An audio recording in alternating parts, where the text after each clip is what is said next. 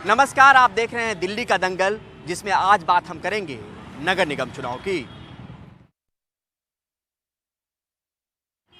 दिल्ली नगर निगम चुनाव में नामांकन दाखिल करने का आज आखिरी दिन था। इस दौरान बड़ी संख्या में उम्मीदवारों ने आज पर्चा भरा। तीनों अहम पार्टियां बीजेपी, आप और कांग्रेस के तमाम उम्मीदवार आज 250 सीटों के लिए नामांकन दाखिल करने पहुंचे। बीते 2 दिन छुट्टी होने से आज आखिरी दिन नामांकन केंद्रों पर भारी दबाव था। लगभग तीनों ही बड़ी पार्टियों के सभी उम्मीदवार आज पर्चा भरने पहुंचे। साथ ही सैकड़ों की तादाद में निर्दलीय और छोटे दलों के उम्मीदवार भी पूरे लाव लश्कर के साथ पर्चा भरने पहुंचे। तीनों एमसीडी के एकीकरण के बाद पहली बार ये चुनाव हो रहा है। आज पर्चा भरने पहुंचे उम्मीदवारों का जोश देखने लायक था। कई उम्मीदवार तो ढोल नगाड़ों के साथ पर्चा भरने पहुंचे।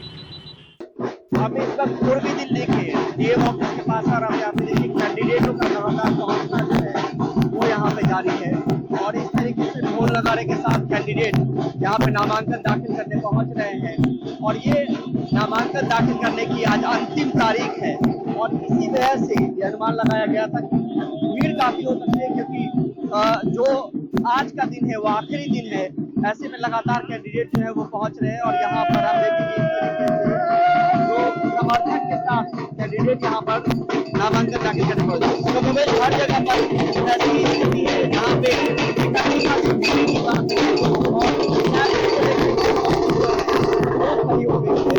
और हालांकि पुलिस का बंदोबस्त यहाँ पे जरूर है और एमसीडी चुनाव को लेकर नामांकन की आखिरी तारीख के मद्देनजर जो है वो इसलिए देरी कही जा रही है क्योंकि 2 दिन के बीच में छुट्टी थी और उसके बाद जो अहम पार्टियां हैं कांग्रेस, बीजेपी और आम आदमी पार्टी, उन्होंने कैंडिडेट देर से घोषित किए तो अब नामांकन दाखिल करना जरूरी है, क्योंकि अगर वो उम्मीदवार हैं और उनको चुनाव मैदान में जाना है तो आज की तारीख बहुत अहम हो जाती है नगर निगम चुनाव के नामांकन दाखिल करने को लेकर। और यहाँ पर आप देखिए ऐसी स्थिति हर जगह नजर आएगी जहाँ पे लोग जो है जो कैंडिडेट और समर्थक है वो यहाँ पर है। और ये भी आपको बताएं कि 7 नवंबर को नामांकन की जो शुरुआत है वो हो गई थी और उसके बाद स्क्रूटनी जो है 16 नवंबर को 18 नवंबर को आप कैंडिडेट जो है वो अपना नाम वापस ले सकता है। और दूसरी तरफ अगर आपको आगे जाकर रखना है तो वो भी आप देखिए कि पुलिस जो है वो ट्रैफिक को नियंत्रित करते हुए नजर आ रही है। एक अच्छी खासी गाड़ियों की तादाद है यहाँ पर है, पुलिस की मौजूदगी है यहाँ पर। और यहाँ पर आप देखिए किस तरीके से बंदोबस्ती की गई है, क्योंकि ये बताया जा रहा है कि अच्छे खासे तादाद में कैंडिडेट आज नामांकन भरेंगे। खासतौर पे जो 3 अहम पार्टियां हैं कांग्रेस, बीजेपी और आम आदमी पार्टी, उसी के करीब 750 नॉमिनेशन होंगे जो अब तक इन लोगों ने नहीं भरा, क्योंकि कैंडिडेट का लिस्ट जो है वो देरी से फाइनल हुआ। और अब यहाँ पे देखिए लोग किस तरीके से यहाँ पर पहुंचे हैं और कुछ वक्त में यहाँ पर ये गहमा गहमी आपको नजर आ रही होगी किस तरीके से है। साथ में दूसरी तरफ आप देखिए कि डीएम जो साउथ दिल्ली हैं वो उनके दफ्तर पे है और यहाँ पे पुलिस का बंदोबस्त भी आप देखिए कि इस तरीके से पुलिस की अच्छी खासी बंदोबस्ती की गई है। नगर निगम चुनाव को लेकर दिल्ली के उप मुख्यमंत्री मनीष सिसोदिया से बात की हमारे संवाददाता शरद शर्मा ने। दिल्ली में एमसीडी चुनावों के लिए नामांकन का आज आखिरी दिन है। मेरे साथ दिल्ली के डिप्टी सीएम और आम आदमी पार्टी के वरिष्ठ नेता मनीष सिसोदिया हैं। सर, बहुत बहुत स्वागत है आपका। क्या प्रेडिक्शन है या क्या आकलन है आपका एमसीडी चुनावों के लिए इस बार? देखिए, बीजेपी ने 15 साल नगर निगम में राज किया है और नगर निगम का जो मेन काम है साफ सफाई, वो बीजेपी भूल गई। बीजेपी ने बिल्कुल गंद मचा के रखा है, कूड़े के पहाड़ खड़े कर दिए, गली में कूड़े के ढेर लगे हुए हैं, हर गली में चले जाओ और कूड़े के ढेर हैं, साफ सफाई नहीं होती, टूटी पड़ी हैं गलियां। ये नगर निगम का काम था, दिल्ली सरकार का काम था स्कूल बनाना, अस्पताल बनाना, बिजली ठीक करना, तो सारे हो गए। नगर निगम वाले काम सड़े पड़े हैं क्योंकि 15 साल से बीजेपी है। तो अब मैं आज यही कह रहा हूँ दिल्ली के लोगों को कि अगर फिर से बीजेपी आ गई तो अगले 5 साल ये कूड़े के पहाड़ ऐसे ही रहेंगे। अगले 5 साल आपकी गलियों में कूड़े का ढेर ऐसे ही लगा रहेगा। इसलिए बीजेपी को भगाओ और दिल्ली को साफ करो और एक एक सीट इम्पॉर्टेंट है। सीएम साहब ने तो ये कहा है कि इन चुनावों में बीजेपी 20 के नीचे रहेगी। अपना आकलन क्या है कि आपकी अपनी पार्टी कितनी सीटों को जीत सकती है? सीएम साहब ने अपनी पार्टी का ही आकलन दिया है। मतलब आप ये कह रहे हैं कि 20 वो जीतेंगे, 230 आप लोग जीतेंगे? बिल्कुल। आप देखना, अभी तो जब जनता देने पे आती है, अरविंद केजरीवाल जी के काम से प्रभावित होकर तो ऐसी देती है। अब लोगों को अपनी हर एक वार्ड साफ कराना है, हर एक मोहल्ला साफ कराना है। अब लोगों को ये भी समझ में आ गया, ये लोग हमेशा डालते थे भाई केजरीवाल केजरीवाल, अरे केजरीवाल जी का काम थोड़ी था कूड़ा साफ करना। अब केजरीवाल जी को देंगे, अब लोग कूड़ा साफ करने के लिए नगर निगम देंगे। गली मोहल्ले की जो सड़कें बनती हैं, सड़कें टूटी पड़ी हैं, वो केजरीवाल जी को अब देंगे। तो अब एक एक वार्ड में होड़ मच रही है कि जी हमें भी चाहिए केजरीवाल जी के हिसाब से काम। ठीक है।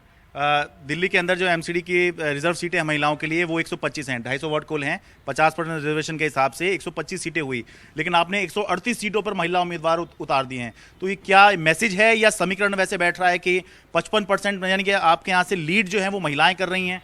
नहीं, आम आदमी पार्टी में महिला कार्यकर्ताएं बहुत हैं और बहुत सारी सीटें ऐसी हैं जहाँ पे महिला कार्यकर्ता बहुत स्ट्रांग हैं। तो वहाँ फिर हमने ये सोचने की ज़रूरत ही नहीं है कि नहीं ये भाई जो सीट रिजर्व है वो रिजर्व है। हाँ। जो सीट रिजर्व नहीं है वो ज़रूरी थोड़ी है वो जेंट्स की सीट है, वो ओपन है, उस पर कोई भी आ सकता है। तो हमने पिछली बार भी ऐसा बहुत किया था, मैंने अपनी विधानसभा में ऐसा हुआ था मेरी में।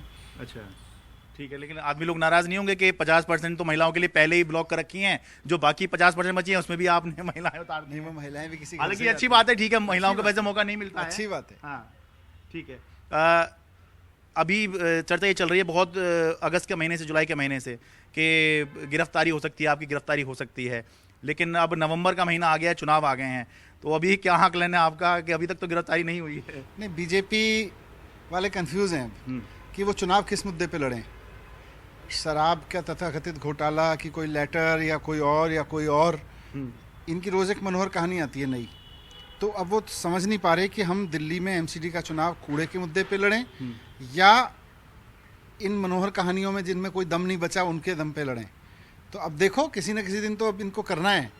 एक बार तो इन्होंने अपने सारी सीबीआई ईडी सबको लगा रखा है, घर में रेड करवा दी, सब जगह करा दी, अभी तो कुछ निकला नहीं। अब देखते हैं।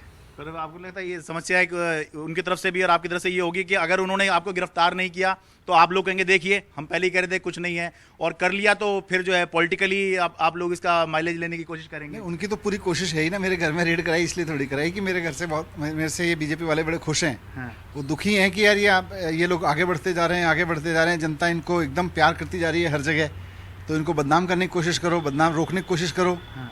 तो जितना वो बदनाम कर रहे हैं उतना जनता मान रही है कि ये तो गलत कर रहे हैं भाई इनके साथ। अच्छा, कुछ इम्पैक्ट पड़ेगा कि गुजरात के चुनाव और ये दिल्ली नगर निगम के चुनाव साथ ही हो रहे हैं, कुछ इम्पैक्ट पड़ेगा? चुनाव जनता लड़ती है, दिल्ली की जनता चुनाव लड़ रही है अपना कूड़ा साफ कराने के लिए, अपनी गली से कूड़े के ढेर हटाने के लिए, दिल्ली से कूड़े के पहाड़ हटाने के लिए। गुजरात की जनता लड़ रही है 27 साल से बीजेपी के कुशासन को हटाने के लिए, यहाँ 15 साल से बीजेपी, अलग अलग जनता लड़ रही है चुनाव। चलिए, कोई फर्क नहीं पड़ेगा इससे। Thank you. तो आश्वस्त है पूरी तरह से? बिल्कुल बिल्कुल। ठीक है, बहुत बहुत धन्यवाद। दिल्ली से अपने कैमरा सहयोगी सुदेश कुमार राम के साथ मैं शरद शर्मा, एनडीटी मीडिया।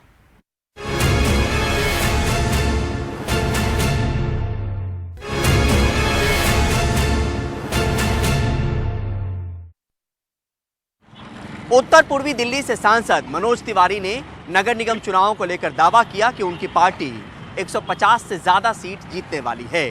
उनसे बात की हमारे संवाददाता शरद शर्मा ने।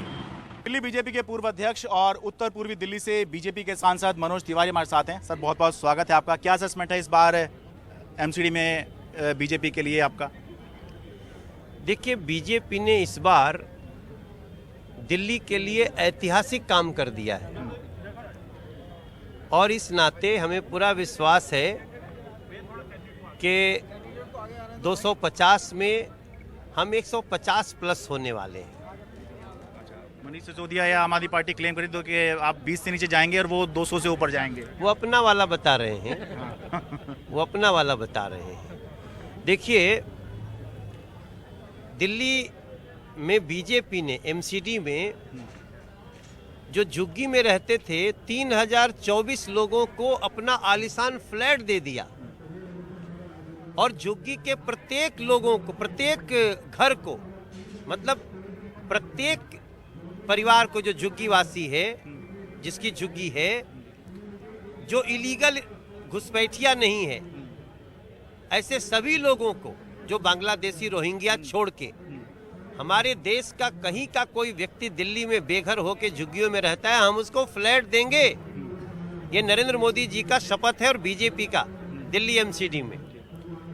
और हमने इस कूड़े के पहाड़ को पहली बार 65 फीट कम किया हमने, वो भी विपरीत परिस्थिति में जब अरविंद केजरीवाल जी सारा फंड रोके रखते थे। आज हमने उसको लैंडफिल साइट की हाइट तो कम की ही, हमने गलियों से 412 कूड़े के ढलाव हटा दिए। और जो सबसे बड़ा काम हमने किया कि ये जो दिल्ली सरकार पैसे रोकते थी हमारी अरविंद केजरीवाल जी आने के बाद कि एमसीडी में बीजेपी है तो हम पैसे रोक देंगे, हमने वो व्यवस्था ही खत्म कर दी। अब न रहेगी बांस न बजेगी बांसुरी, तुम्हारे पास वो अधिकार ही नहीं रहेगा कि तुम पैसा दो। यूनिफिकेशन कर दिया एमसीडी का। अच्छा, अब डायरेक्ट सेंटर से पैसा एमसीडी के पास जाएगा? सेंटर से पैसा एमसीडी को पहले भी आता था। अच्छा, लेकिन वो थ्रू दिल्ली गवर्नमेंट आता था। अब वो दिल्ली सरकार के बजट से कट करके एमसीडी का फंड डायरेक्ट हो जाएगा, ऑटोमेटिक हो जाएगा। ऑटोमेटिक हो गया। अच्छा, क्योंकि ये मुद्दा भी बना था कि 5 साल पहले आपने वादा किया था कि ऐसा कराएंगे, लेकिन ऐसा हुआ नहीं। तो कर दिया हमने। आम आदमी पार्टी ने कूड़े को बड़ा मुद्दा बनाया, साफ सफाई को बड़ा मुद्दा बनाया है और अपनी 10 गारंटी जारी करी है। हालांकि वो एक नई पार्टी है, एमसीडी के हिसाब से अभी तक सत्ता में नहीं आए, तो उनके लिए आसान है वादे कर देना। आप 15 साल से शासन कर रहे हैं, आपके लिए वादे करना इतना इसलिए आसान नहीं है क्योंकि आप जब शासन कर चुके हैं 15 साल, तो आपको सोच समझ के इसलिए वादे करने होंगे कि लोग कहेंगे भाई 15 साल में आपने क्या किया। तो आपके लिए सबसे बड़ा मुद्दा क्या होगा? उनकी 10 गारंटियों का हम एक एक गारंटी का बात करेंगे और हम अपने वादों का भी बात करेंगे। हमने कहा था कि अब आपको एमसीडी में लाइन नहीं लगाना पड़ेगा, डेथ सर्टिफिकेट, बर्थ सर्टिफिकेट, मकान के नक्शे, और हमने कर दिया, सब ऑनलाइन है। उन्होंने क्या किया, उन्होंने तो कहा था कि जमुना जी में डुबकी लगवाएंगे। अरविंद केजरीवाल जी जमुना जी में डुबकी तो लगाना छोड़, जाके एक बार ऐसे खाली नकिया भी नहीं उसमें घुसा सकते। उन्होंने कहा था हम पॉल्यूशन मुक्त करेंगे, क्या किया? उन्होंने कहा 11,000 बस लाएंगे, इलेक्ट्रिक लाएंगे, क्या किया? आखिरी सवाल, जब आप पिछली बार अध्यक्ष थे, आपके नेतृत्व में 181 सीटें बीजेपी ने जीती थी। इस बार आपका आकलन कम लग रहा है, आप 150 सीटें बता रहे हैं। हम 150 प्लस की बात कर रहे हैं। अच्छा, तो पिछली बार से ऊपर जा पाएंगे, नहीं जा पाएंगे? देखिए, पिछली बार हम 272 में 181 जीते थे। 272 में 181 जीते थे, तो वो कम हो गई है ना। तो इसीलिए मेरा मानना है कि हम 150 प्लस तो रहेंगे। चलिए, आपको हमारी शुभकामनाएं। Thank you sir. दिल्ली से अपने कैमरा सहयोगी सुधीश कुमार राम के साथ मैं शरद शर्मा, एनडीटीवी मीडिया। दिल्ली के दंगल में आज बस इतना ही। बाकी खबरों के लिए देखते रहिए एनडीटीवी इंडिया।